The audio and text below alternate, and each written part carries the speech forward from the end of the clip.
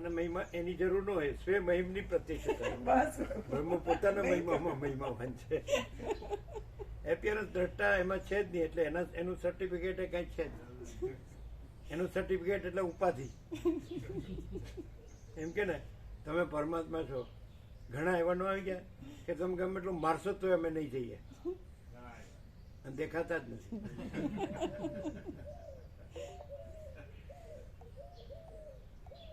એને મારવાનું ક્યાં છે?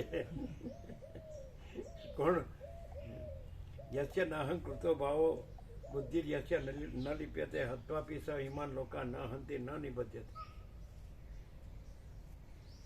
એ તો કથામાં એવું કે ભાઈ કૃષ્ણે અર્જુને કીધું ભાઈ મારો, મરો ને મારો, અને પછી આખું મહાભારતનું યુદ્ધ જીતી, રાજ્યભોગો લક્ષ્મી જીતી, પેલા બધા કૌરવ મારી, અને પછી એ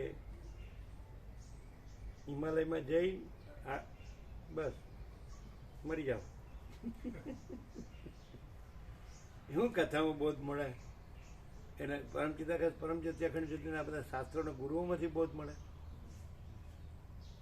તો પરમચિદાકાશમાં જે કાંઈ નથી એવા શાસ્ત્ર ગુરુને એવો જે મેનિફેસ્ટેશન દ્રષ્ટા છે એને પ્રકાશ થાય. સ્વપ્નના શાસ્ત્ર ગુરુ એના સ્વપ્નના દ્રષ્ટાને, એ સ્વપ્નના શાસ્ત્ર ગુરુથી સ્વપ્નના દ્રષ્ટાને જાગૃત પ્રાપ્ત થાય? ન થાય.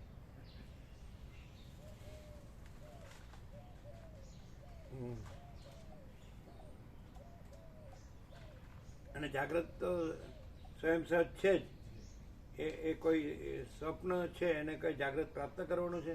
જે કાંઈ નથી એવા સ્વપ્ન કે જાગૃત જ છે અને સ્વપ્ન છે જ નહીં, સ્વયં સહજ.